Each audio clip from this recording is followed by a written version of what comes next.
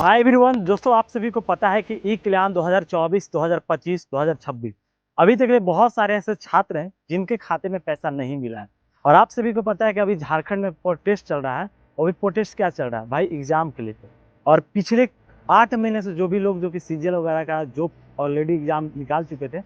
अब ये चीज़ आप सोच कर देख सकते हो कि जो लोग प्रोटेस्ट कर रहे हैं, प्रोटेस्ट में भाग ले रहे हैं और भाग ले रहे हैं किस चीज़ को लेकर। तो भाई अभी जैसे कि आप सभी को पता है कि शिक्षा मंत्री के इस्तीफा को लेकर लोग जंतर मंतर वाले ने पूरा प्रोटेस्ट दिया था। उसके भीतर भाई क्या हुआ कि जो जो लोग मांग किए था उसका जो इस्तीफा था उसको भाई स्वीकार कर लिएगा। लेकिन अभी झारखंड में यही हो रहा है कि लोग बहुत ज़्यादा धरना प्रदर्शन दे रहे हैं, लेकिन किसी को ये चीज़ें मुद्दे पर सवाल उठाने का हिम्मत नहीं पड़ रहा है कि आखिर झारखंड में 2024, 2025, 2026 का ई कल्याण के जो छात्रवृत्ति क्यों नहीं मिला। अगर रियल में कोई अगर ऐसा हो और कोई ऐसा आवाज उठा दे जो धरना प्रदर्शन कर रहे हैं, तो हम सभी को बहुत जल्द मिल जाएगा। लेकिन कोई चाहता नहीं, क्योंकि ये चीजें पता है लोगों को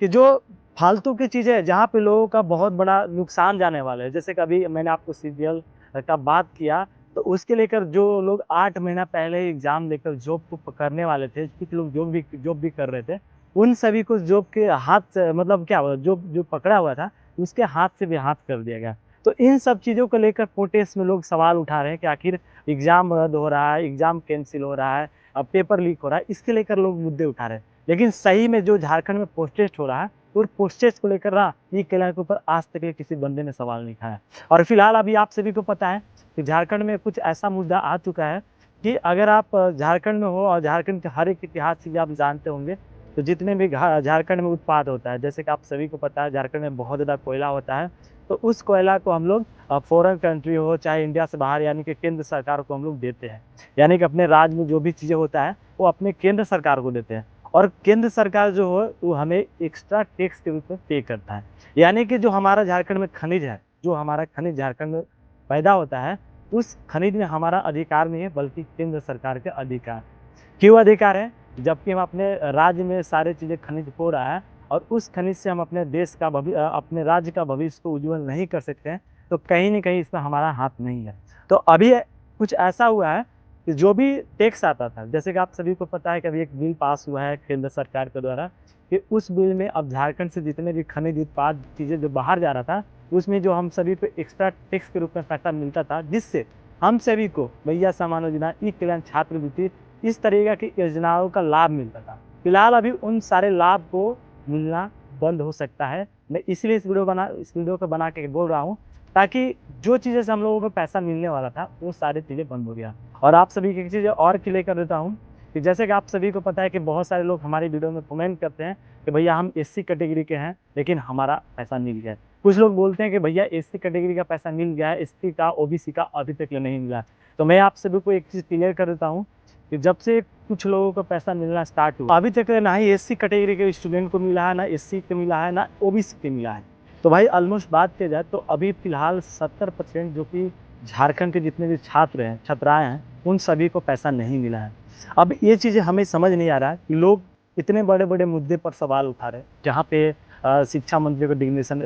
रेजिग्नेशन लेटर को मांग लिया, जहाँ पे शिक्षा मंत्री इस्तीफा दे दिए और बहुत सारी चीज़ों को लेकर, पेट्रोल के लेकर, डीजल के लेकर अलग अलग प्रकार के मुद्दे पर बात करें। लेकिन जब झारखंड में प्रोटेस्ट हो रहा है और ये वो भी कांग्रेस जनता पार्टी के द्वारा हो रहा है, तो इस चीज़ के ऊपर मुद्दा क्यों नहीं उठाया जा रहा है कि झारखंड के लोगों को सबसे ज़्यादा जो ज़रूरत है वो बच्चों का छात्रवृत्ति को लेकर ज़रूरत है। जैसे कि आप सभी को पता है कि पिछले 2024, 2025, 2026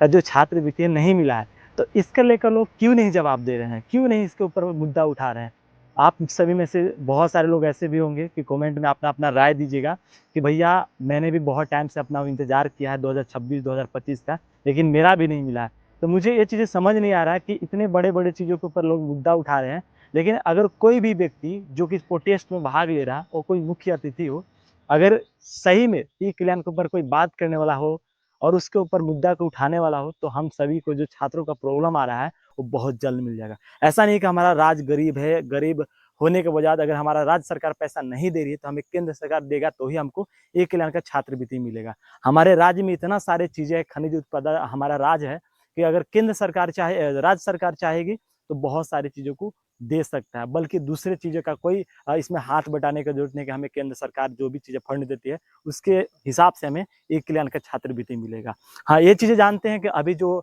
बिल पास हुआ है कि हम जितने भी टैक्स एक्स्ट्रा ग्रुप में पे करते थे, अब हम पे नहीं करेंगे। तो हो सकता है कि आने वाला दिन में कुछ ऐसी योजनाएँ होंगी जो कि बंद करना होगा। लेकिन उन उन सारे योजनाओं से हम सभी छात्रों को कोई मतलब नहीं है कि मिलेगा या नहीं मिलेगा, क्योंकि हर एक राज्य में सरकार बदलते रहती है और उस सरकार को काम है कि अपने लाभ के लिए कुछ अलग करना। तो अभी जो ज़रूरत है वो छात्रों के ऊपर ज़रूरत है, ई कल्याण स्कॉलरशिप का ज़रूरत है कि जल्द से जल्द छात्रों को मिले ताकि उनका पढ़ाई जारी हो सके, क्योंकि देश का भविष्य का बात है तो वो छात्रवृत्ति का बात आता है। अगर छात्रवृत्ति नहीं मिलेगा तो बहुत सारे ऐसे लोग हैं जो कि प्रोटेस्ट में भाग लेंगे, सोचेंगे कि मेरा फ़ायदा होने वाला है, उससे सारे लोगों का बेनिफिट होगा, तो इससे कुछ नहीं होने वाला है, जब तक ले कोई इस मुद्दे को प्रोटेस्ट में नहीं उठाएगा। तो आज के वीडियो दोस्तों सबसे इम्पोर्टेंट चीज़ ये है कि मैं इसलिए वीडियो को बना रहा हूँ कि कोई भी अगर इस मुद्दे को